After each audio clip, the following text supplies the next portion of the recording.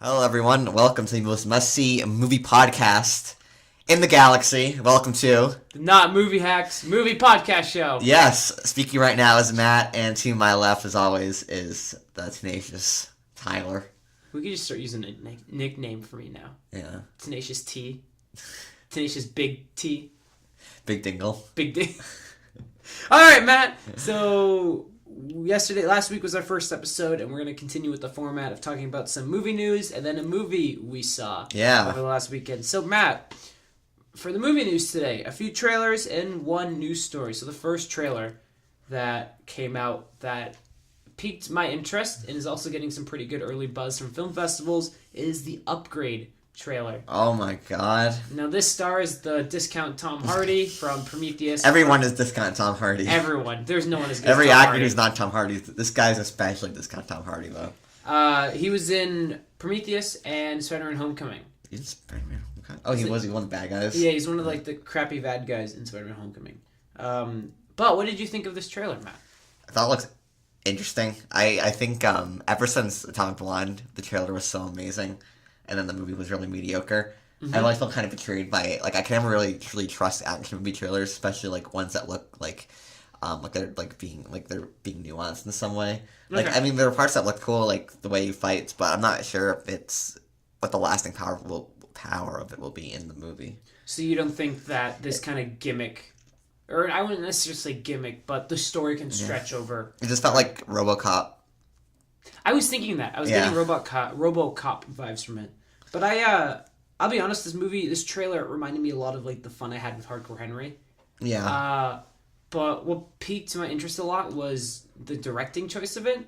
I mean, whether you like Atomic Blonde or not, we both think it's a mediocre movie. It's a well-filmed movie. Yeah. So I think the action in this movie is purposely I don't want to say mechanical, but it's purposely done like that, and a lot of the shots are like that, and a lot of the movements, and I really kind of enjoyed it. So the movie's good. I won't be surprised. I'm just not getting my hopes up. It didn't floor me or anything when I saw it. It wasn't like the Mad Max trailer. Everything's not nothing's the Mad Max trailer to you. Nothing's Mad Max. Well, I mean, I hated the Dread trailer when it first came out. The Dread 3D. It looks so stupid, and now it's one of my favorite movies of all time. Oh wow! The trailer looks so generic. So I don't know. This could be one of those movies that if it's surprising, no, I wouldn't say. I think you hit the nail on the head. If this movie's good, it won't be surprising. Yeah. If the movie's mediocre, it won't be surprising. I think it just looks like a fun action movie with an interesting gimmick and an interesting directing style. I also kind of like the black humor in it. Like the first fight has some I wouldn't say funny moments, but some moments of levity. Well, it was like the cliche android human interaction. Oh, I cannot do this without you. Well, I'm talking about he has a knife. Well, we have a knife too. I kind of was like, I don't know. It was okay. I think the movie could be I kind of have a lot of that black humor, and I'm kind of looking forward to it for that. So, do you have any other? This is pretty generic. Yeah, I don't know. I wasn't blown away by the trailer. What do you think of the actor Logan Michael Green? Has he done anything notable? Prometheus, but he's the fifth best person in Prometheus, behind Noomi Rapace, Fassbender, Charlize Theron, Idris Elba, and really old Guy Pearce. Yes, so he's six. Yeah. And the aliens, and the engineers. Not the engineers, but the thing that is birthed. Oh yeah. So he's 7th. Yeah, he's 7th or 8th. In Prometheus, but yeah, he hasn't really done. He's also behind the bottle of scotch or whatever that Michael Fassbender spiked with Alien. No, I know stuff. He's behind that as well. That character. Yeah. Oh yeah. Perfect. All right, Upgrade trailer looks fun. Yeah. If it's good, it won't be surprising. If it's mediocre, it won't be surprising. I think Atomic Blonde did really temper our expectations with this. So the next trailer I want to talk about is a movie that looks really... It looks like it could be one of the ghost story of this year. Yeah. In terms of not only because it's coming out by A24, but because of its kind of every good movie these days. Yeah. It's so it's the first Reformed trailer. Oh yeah, this movie looks cool. Yeah. I don't know. I can't really say anything about it because the trailer is really good with not revealing a lot. It's very vague and raises a lot of questions. I don't know if it'll be as good as Calvary. and the priest movie genre. Cavalry's you're up there. Yeah, and the very repetitive genre of priest depressing movies. That's true. That is a very repetitive genre. Yeah. But I think the most interesting thing about this is the guy's filmography. I remember we watched this trailer and I talked to you about it, but this guy, Paul Schrader, has been making movies consistently since mid-1970s. Oh, yeah. He's made highs of Taxi Driver. Yeah. But then recently he made a movie called, like, Dying of the Light with, like, Nick Cage or, like, Bruce Willis or one of those straight-to, like, DVD crap action movies. Yeah. So it's really interesting. But apparently this one has a lot of great early buzz as well. And I always love me some Ethan Hawke. I love the Before trilogy. You think this movie took 12 years to make? It probably took more effort in that 12 years. So I think this movie could be... It also has everyone's favorite comedian, Cedric the Entertainer. I don't even remember seeing him in it. He's definitely in it. Wait, how far are you in Masters of None? Did you finish it? 6 episodes. Oh, so you've gotten season 2 yet? I haven't gotten season 2. He's in season 2. Really? And he's a magician. And he's in Sorry Guys Like a Talk Show, and he has a magic, and it fails, and it's hilarious. Really? Oh okay. My God, yeah. I'll have to watch. That's a show that I like once a week I manage to catch an episode. And then I love that show. Get busy. I've been watching Mr. Robot, and I haven't even had time to watch that. So, all right, so we both think that it could be fantastic. I mean, the trailer doesn't really give a lot away, a lot of imagery. Yeah. Also, there's that. What's the actress's name in it? The blonde girl. She's not Elle Fanning. What's her name? Not Elle Fanning. Why don't I look it up and you start talking about the casting announcement that Woody Harrelson... Is it confirmed? Well, it's on Reddit, so I'd imagine it's true. Okay, so Woody Harrelson has been... And not April Fool's Day, the day after April Fool's Day, so I won't get tricked this time. Wait a second. Hasn't this movie already filmed? Why are they just casting... Maybe it's supposed to be a secret. It was supposed to be a secret. Wait, this doesn't make any sense. It doesn't make any sense. Did we do it? Did I not read the headline right? Maybe no, it's supposed to be a secret. I saw that too. Maybe it was like a Kevin Spacey in Seven kind of thing. Where you're not supposed to know. Well, I mean, like... Spoiler for Seven. Spoiler for, what, a 20-plus-year-old movie. Oh my God, the movie came out in 95, didn't it? Holy crap. Amanda Seyfried. She's in it. Oh. Okay, thank you. Amanda Seyfried's in first form. I don't know. Well, the Venom trailer also looked like they just filmed it and then put together a bunch of stuff. Like, they didn't do special effects yet. Yeah. Like, the scene where he's flipping the cars, it looks like there should be, like, tentacles coming out flipping the cars. Or, like, a wire or something. But, I mean, if he's... I think I love Woody Harrelson, but... Can you imagine Woody Harrelson and Tom Hardy in a scene together? That would be amazing. And they're both going to be in CGI symbiote things. But I'm really excited for this movie. So am I. Yeah. But here's the thing. Like, here's my issue with it. Is Woody Harrelson can play a psychopath well.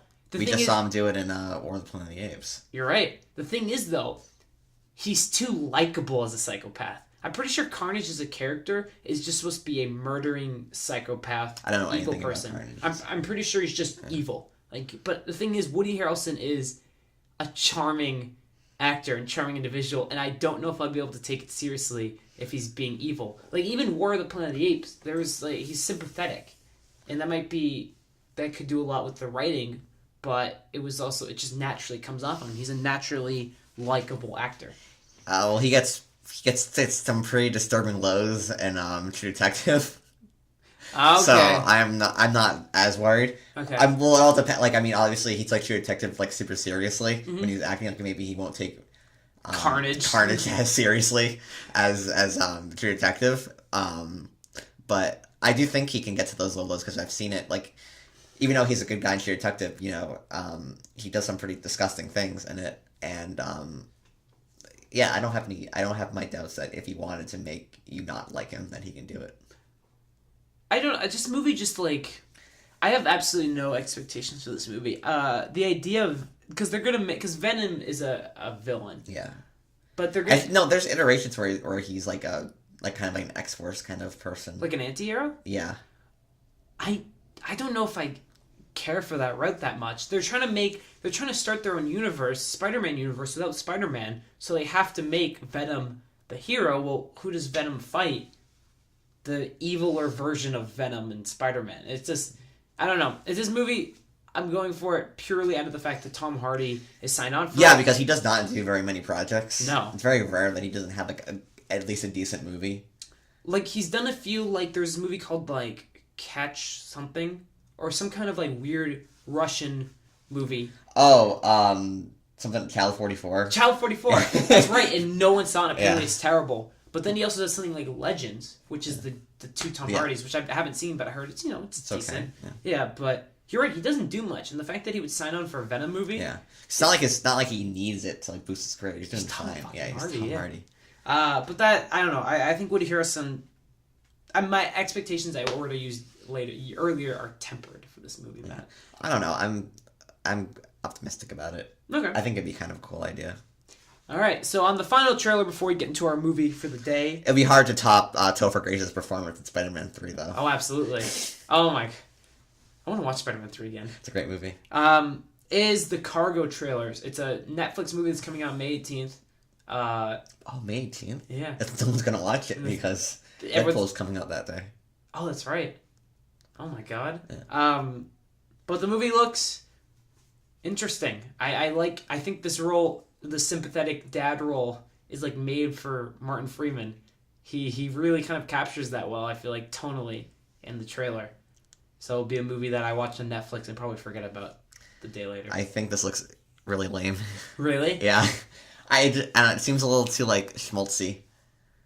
Like, too much, like, schmuck? Yeah. It's just, like, I don't know. I feel like it's... Just, the dad's bitten, is in a race to save his daughter. Mm-hmm. And, like, they run into all those other stupid little kids on the way. He's like, I'll protect you, come with me. I don't know. I want the movie to end. Especially because I just saw The Ravenous, which is still, like, I reviewed The Ravenous in our last podcast, and it's still stuck in my mind. The idea of just people, like, just having no emotion at all during the zombie apocalypse because all their loved ones have died is just, like, how I view the zombie apocalypse now. Really? People just making, like, sarcastic comments because, like, they just have no emotion. Oh, that's kind of interesting. That's, like, because that's what The Ravenous is, like, The Ravenous is now, like, how I think zombie movies, at least most zombie movies, should be, like, unless it's, like, Train to Busan or, like... Do you like Train to Busan? Oh, it's fantastic. Okay. They're literally on opposite ends of the spectrum in zombie movies, but they're both amazing. Okay. Like, Ravenous is a slow burn kind of movie, and Train to Busan, I think it's the most expensive South Korean movie ever made. Wow. And probably its most successful as well. It's on Netflix, right? Yes, it's fantastic. Like, it has kind of like that George Miller, like, like that speed up kind of action. Yeah. It's really interesting. It's a really, really, really good movie. I think you should watch it. But back to this movie, whatever it's called, Martin Freeman movie. The Cargo. The Cargo. I don't know. Yeah, or Cargo or whatever. It just seems very generic. I like the look of the zombie. Mm-hmm. The orange. The fungus on it or whatever. But other than that, I don't know. And I mean, Martin Freeman will probably be really good in it. I mean, Martin Freeman is good. You're right. He's good in everything. But I mean, I have to check out Train to Busan. But it feels like the zombie genre is just kind of run thin. Like, there's only so much you can do. I would commend this movie if the movie ends with him failing, him just eating, like the baby and the kid in the trailer. That won't happen. But apparently, it's based off a short film. I think it might be on YouTube. That makes me more optimistic. Yeah, I guess these. I'll cut that. No, I won't. Good job covering. yeah. I sneezed into my crotch. You sneezed right into. Really? Yep. Oh, I'm sorry. Movie looks fine. Yeah. It probably will be fine. I don't know. We'll see. It'll probably be a movie I watched in 2018. So, Matt, now that we talked about sort of movie news, that came out in the last week, we're going to talk about a movie we both saw over the weekend. And Matt, what movie was that? We saw Ready Player None. I thought you were going to make a CGI joke. Oh. Spielberg directs CGI blue screen. Spielberg puts a camera in front of a green screen and presses play, and then goes gets a coffee, and then comes back. He's like, "Is it done?" Yeah. All right. Yeah. That movie was fine. Yeah. There's really nothing special about it.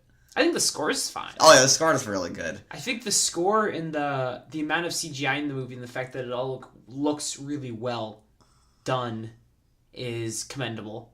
And I think the integration of spoiler alert for Ready Player One. There's a scene when they go into The Shining, and they use a lot of the same cinematography and grainy style of the film, but incorporate it into modern times, but also adding CGI characters into it.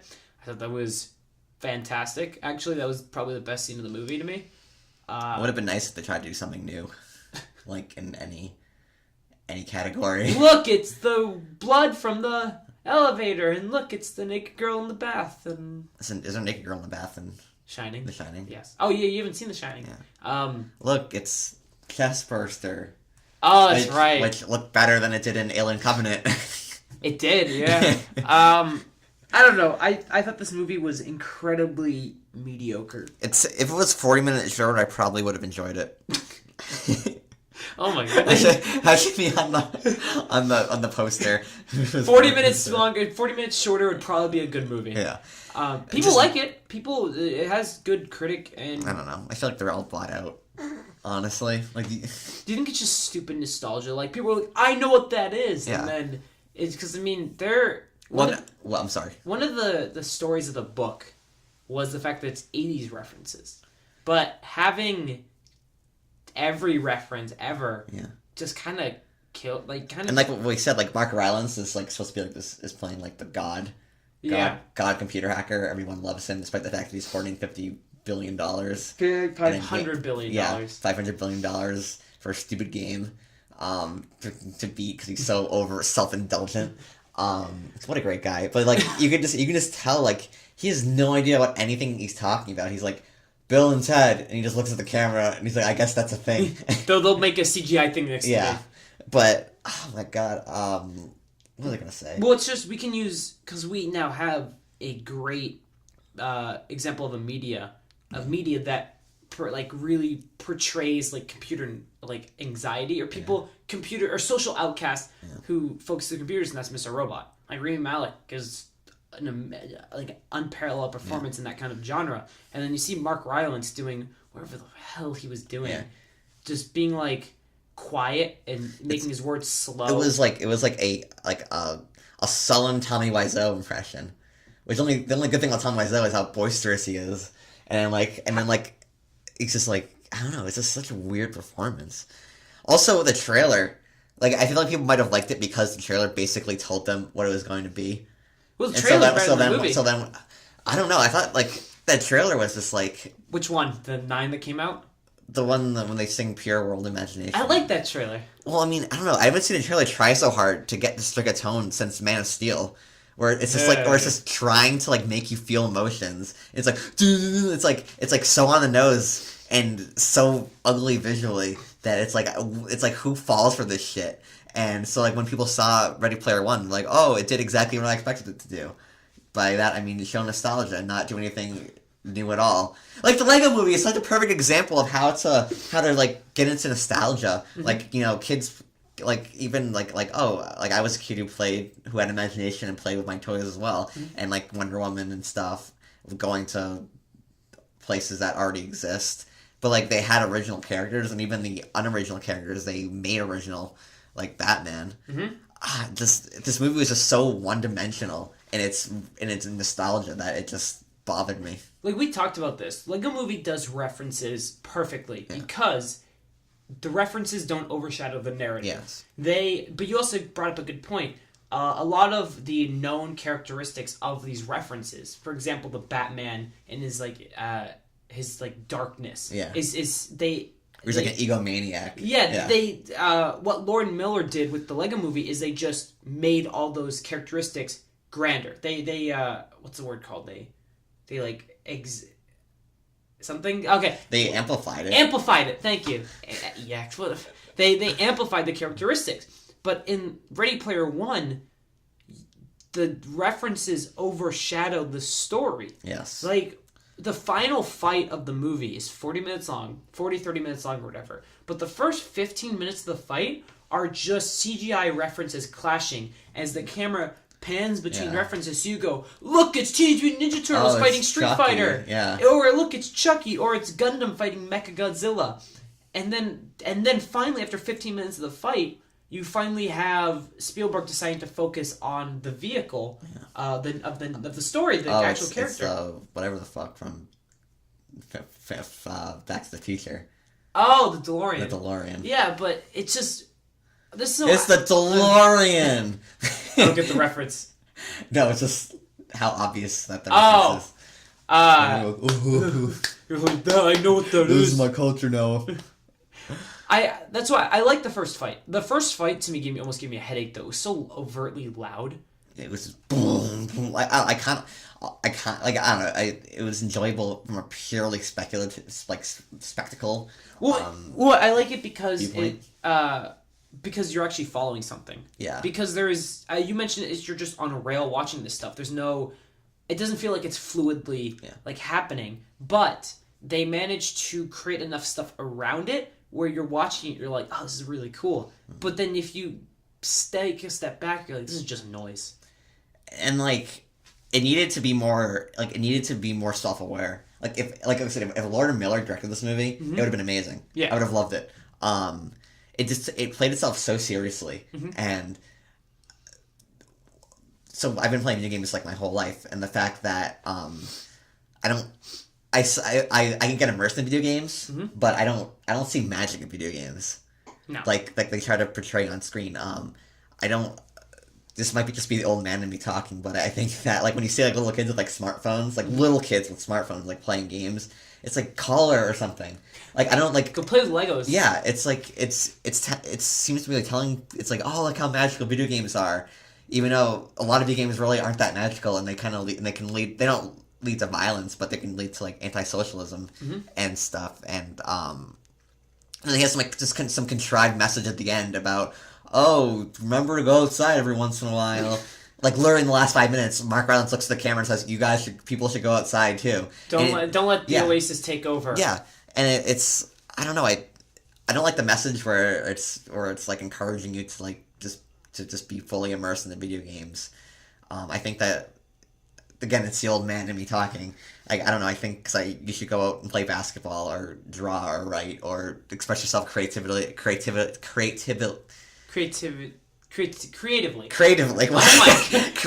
and physically.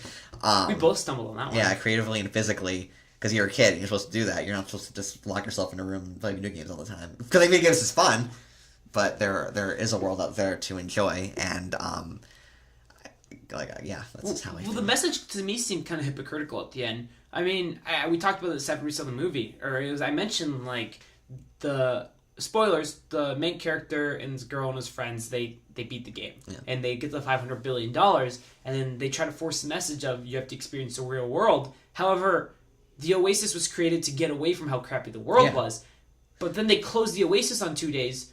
So you have to experience the world, but the only people whose lives was changed in the course of the narrative, in the course of the film, were those 5 characters. Yeah. So everyone had to go back to their crappy lives, and it didn't change anything. There should just be a scene after once the main character meets up with the resistance. They should just play baseball or something. Just one scene where it's playing baseball outside and just enjoying. Yeah, the outdoor world. Just one scene. One scene. There's no reason why if I lived in this world, I would just be stuck in the video game world. The reality sucks in that world. And they closed the thing down for 2 days. If you want to convey a message, the outside is better. Have a scene where the outside actually is better. Yes. The movie's just a cluster of good ideas and slightly decent things that aren't executed well. And this is the most boring and generic ever since Spielberg directed movies. This is probably the most boring protagonist. Well, what's the kid's name? Wade Watts? That's right. Yeah. The irony is the fact that look, he named it like a superhero. He turns out to be a superhero. It's just Spielberg. I noticed that whenever he goes into the real world and shoots people, whenever they talk, it always is zoomed out and then zooms in, and then it cuts to another person talking and zooms in, and all the cinematography and like the color correction, I think is what it is, on shots all felt like purposely grayed out to look ugly, but it didn't serve its purpose well. It just looked like I was watching like a student film. Yeah. And that's you're not supposed to associate student film and Spielberg in the same sentence. Those movies amateurishly directed in the real world stuff. When you actually get the video game stuff, it's well directed. I mean, who knows how much of that Spielberg directed, though? I mean, I think I bet it was like 50 like computer guys just going, I want to put violence in there. That stuff probably, but I feel like the first. He's too busy working on an Oscar-nominated Post movie. I'll watch that at some point. But I feel like the first chase scene was Spielberg. Like the way it was, like the way it played out. Felt organized. It felt like a Spielberg direction, but everything else was just bland. And you're right. It's the most boring protagonist ever. The side characters were more interesting than the not much more interesting, I should say. Did you like the scene where Wade was on the TV and he went, "I love you," and then the actress was like, "It's supposed to be the most forced smile I've ever seen in my life." I remember. Also, the kid performances are not good in this movie. No. Ty Sheridan, he was good in his limited role of Cyclops, and he's not bad in this movie. I don't think he's good either, though. I don't think anyone. I think wasn't given much to work with. That's true. Not like his character had any depth. Besides, he kind of cares for his aunt, but then they blow up. Yeah, so there's really emotional, like dramatic moments. Like, why do I care about these two washed up, like trash people? I noticed something because there's a scene where he has the full bodysuit, and then it cuts to his like aunt's boyfriend having the suit, but his base of operations is secret where no one knows it is. How did the aunt's boyfriend get the suit? Maybe he just gave it to him. Why would he give it to him? Probably starting him with a broken beer bottle. How would he know he had it though? He was probably drunk and took it. I don't know. Exactly. Well, no, isn't it? But don't they like announce it like in the game world? That character Parsifal, but do they know what his Wade's identity is? It's never. I'm sure like he knows the aunt. Like I'm sure like. Oh, but then they blow up, and you're supposed to listen to them, and then it's never brought up again. And then all the people band together until Ben Mendelsohn walks up, pointing a gun in the air, and then everyone steps to the side, even though it would have taken one guy to walk behind Ben Mendelsohn and hold his arm up while everyone killed him. It's just... I think they like tore him apart. I would have loved that. I would have clapped during the movie. But it's just... Like Shaun of the Dead. Remember the nerdy guy? The zombies come around and he gets ripped apart. Yeah. It would have been something like enjoyable. I mean, Simon Pegg's in the movie, so... I couldn't tell that was Simon Pegg or Martin Sheen. No, not Martin Sheen. The young, like... Charlie Sheen? No, I'm totally off now. Yeah. Who's like the nerdy guy that's in a lot of movies? Wait, I'm gonna look it up. Michael Cera? No. But Simon Pegg's oddly in this movie, and his character doesn't make any sense. He shouldn't... It's just the movie is so generic that it even has the bad guy getting hit at the end of the movie for comedic laugh. Oh, yeah, the balls. Yeah, and it just doesn't... Michael Sheen. Michael Sheen. Yes. They look very similar. Show me a picture of Michael Sheen. I keep hitting the stupid voice button. I don't want it the voice button. Michael Sheen. But I want to also talk about the clues in this book because he looks just like Simon Pegg. Oh, he kind of does. If he shaved that off. Yeah. I mean, with what Michael Sheen looks like in that movie, he kind of has the same haircut. I mean, usually, what's his name doesn't have like a shorter haircut. That's right. All right, so I wanted to talk about the clues in this movie, Matt, and how, for some reason, they managed to dumb down the clues. Oh my god. Horribly. Yeah. How did no one figure out the race thing? Well, I mean, not to rub it for the media, but Rich Evans makes a good point that gamers like always try to like mess up, try to see like the boundaries of the game. I mean, you're telling me that like billions of people are playing this Oasis thing, and no one's thought, oh, let me just go. Yeah. It would have been better if there was like some secret little jump because they like invisible wall somewhere. Yeah. But they'd say, hey, you go backwards. And it's not even like he drove backwards for like a day. He drove back like 100 yards. And then the thing opened up. And then that was it. And is it also those events are televised? Like, people in the entire are like, let's watch this race. Wouldn't there be cameras like, why's that car going back? Where'd that car go? Wait, that thing opened up. Oh, that's the first clue. It doesn't. It's just. It's a cheap way to make the first put the character into the story. Yeah. And it's stupid. This movie sucks. This movie's fine. I think the score's fantastic. I think the first race is good. I think the special effects throughout the entirety of the movie were good. A lot of the motion capture performance, a lot of the animated avatars look really realistically like their characters. In terms of villain, I love Ben Mendelsohn, so he's always a plus, but his villain's so generic, so they try to have the big evil bad guy played by T.J. Miller, who I thought was Jake Johnson from like Jurassic World or Let's Be Cops. Remember that movie, Let's Be Cops? And see Let's Be Cops. Well, apparently it's terrible and no one else did. So, but I thought that was him in Jurassic World. He's like the guy who loves dinosaurs in Jurassic World. That guy. I thought that was him. But so you expect, well, maybe we can have a badass bad villain for like a physical threat to these guys. And then he's a comedic relief who doesn't do anything. Yeah, he's gonna fight Wade Wilson. He shoots Wade Watts. He shoots a gun and then gets his arm blown off. And then that's it. And do you like how they did the Iron Giant thing, but then they instead of doing an Iron Giant reference, they did a Terminator reference? As soon as you start to fall, like they're gonna do the fucking Terminator thing. Like as soon as you start to fall, I knew they're gonna do it. It's like okay, so I get. So I want to talk about the scene. So. In reality, so it's the black chick playing the Iron Giant. Which is a stupid reveal, by the way. So first of all, no one's watching her fall into the lava. Second of all, when you're falling into lava, why would you even think to go put your thumb up like that while you're going in? Did you just think of Terminator like, oh, no one's gonna see this, supposed to be kind of a cool thing? It didn't make any sense. There's this stupid like that was the worst reference out of all of them because it made no logical sense. It would have made more logical sense if she made an Iron Giant reference or an Iron. If she would have. If she would have had an Iron Giant asset where she's like, I'm Superman, while blowing up Mechagodzilla, that's a reference that makes sense. But you're right, I believe the characters had moved on at that point. Yeah. They had already gone. They'd forgotten about her. Yeah, and then she did the Terminator thing, and you're like, screw you. Just for no reason. But it's just like, they set up Iron Giant, and you expect Iron Giant reference, except they don't. It's just Iron Giant fighting. But he fights Mechagodzilla, and you always wanted to see that. No, he fights Gundam. Mechagodzilla fights Gundam. For some reason that they wanted to have that dramatic reveal, so they have the Asian meditate. Even though it's a video game, so why do you need to meditate? Because it looks like he just had a special power-up that he just had to click on his inventory to get. The movie doesn't make... The movie is just riddled with holes in its narrative. So, do you recommend it? No.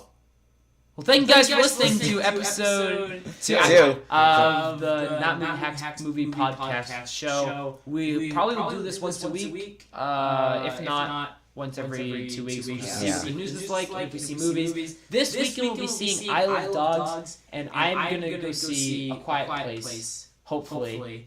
I'll see if you want to go to that. That's already a no. So we'll be seeing Isle of Dogs 2 days from now on Friday. Yeah. So we will either be talking about that. Oh wait, I saw another movie. What movie did you say? Oh, you wrote it down. Oh my god, everyone. What movie did you see? What is this? La Grande Bellezza. Came out in 2013. It's a Criterion Collection movie, and it was 2.5 hours long. It was all in Italian. What'd you think of it, Matt? I thought it was good. All right, thank you guys for listening. This is Tyler. This is Matt. And see you next week. Goodbye.